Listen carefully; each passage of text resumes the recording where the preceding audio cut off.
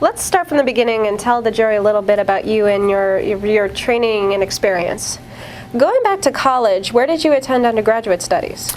I went to Harvard College in Cambridge, Massachusetts. Okay, sir, we're seeing what will be marked Exhibit 1, your curriculum vitae. Okay, and we can highlight, yeah, that. What year did you graduate from Harvard? In 1987. And what does that say? Your area of study is biology, is that right? Yes, that's right. And what does magna cum laude mean? It's an honor that's, it's the second highest honor that people can get when graduating from Harvard. Only about 5%, the top 5% of students get it. So it's only the second highest honor? Yes, the summa cum laude is the highest. How embarrassing for you. It's okay. Move on to the next line. You got your next 2 degrees from a different Ivy League institution, Columbia, in New York City. What was your PhD in? My PhD was in a tumor of the retina, so we studied the mechanisms of the formation of this unfortunate retinal tumor. And 2 years later, in 1996, you also received your medical degree from Columbia. Is that right? Yes, that's right. You've been a practicing physician ever since? Yes, I have. Thank you. Doctor, I've asked you, and you were kind enough to bring the actual PowerPoint presentation, a slide that you use to teach students, medical students, when you're teaching about the eye. Let's bring that up on the screen. And doctor, you've got a pen there. Pick a color, something that will show up, and explain to the jury the basics, the basic biology of the eye, if you would. Sure. So light enters the eye through this structure here called the cornea. It then continues on and focused by the lens, which is here, and goes through the central cavity of the eye called the vitreous humor, and then strikes the retina in the back of the eye. Within the retina, there's a small region that's called the macula.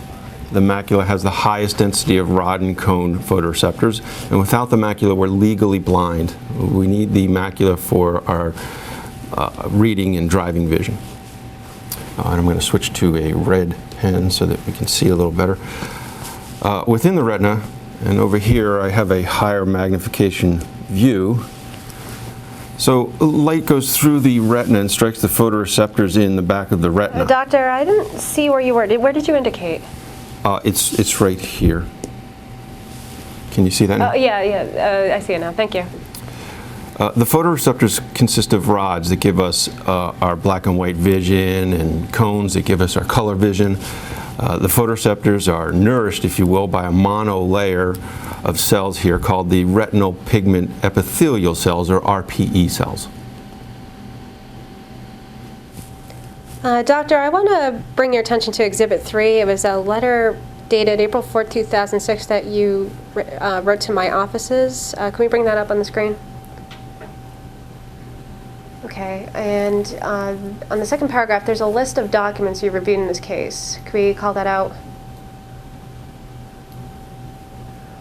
And you are certain you have reviewed all these documents?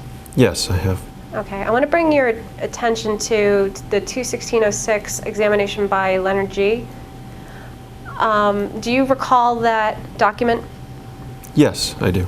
Okay. What were your conclusions in reading that document? I believe that's referenced on the second page of this document. Okay. If we could...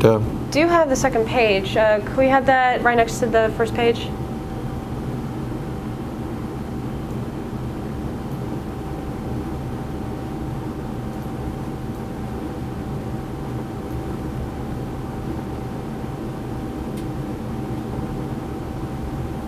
Okay, and where on the second page was that referenced?